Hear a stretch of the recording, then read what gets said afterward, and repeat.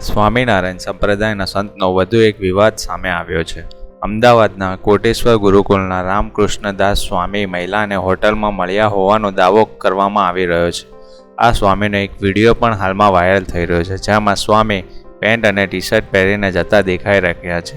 જોકે આ મામલો વધુ વકરતા સ્વામિનારાયણ મંદિરે સ્પષ્ટતા કરી છે કે જેમાં તેમણે કહ્યું છે કે રામકૃષ્ણદાસ સ્વામીએ તારીખ 23/2/2026ના રોજ સવારે તેઓના ગુરુને ત્યાગાશ્રમનો ત્યાગ કરી સંસારી જીવન જીવવા ઈચ્છતા હોવાથી તેઓએ ત્યાગ આશ્રમનો ત્યાગ કર્યો છે.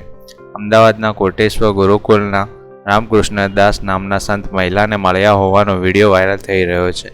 સ્વામી મહિલા સાથે હોટલમાં જોવા મળતા વિવાદ વકર્યો હતો. જોકે આ અંગે હજી રામકૃષ્ણદાસ કે કોઈ અન્ય સ્વામીએ પુષ્ટિ કરી નથી. હાલ વિવાદને કારણે હરિભક્તોમાં આઘાતની લાગણી છવાઈ ગઈ છે. જોકે આ અંગે હજી રામકૃષ્ણદાસ કે કોઈ અન્ય સ્વામીએ પુષ્ટિ કરી નથી. હાલ વિવાદને કારણે હરિભક્તોમાં આઘાતની લાગણી છવાઈ ગઈ છે.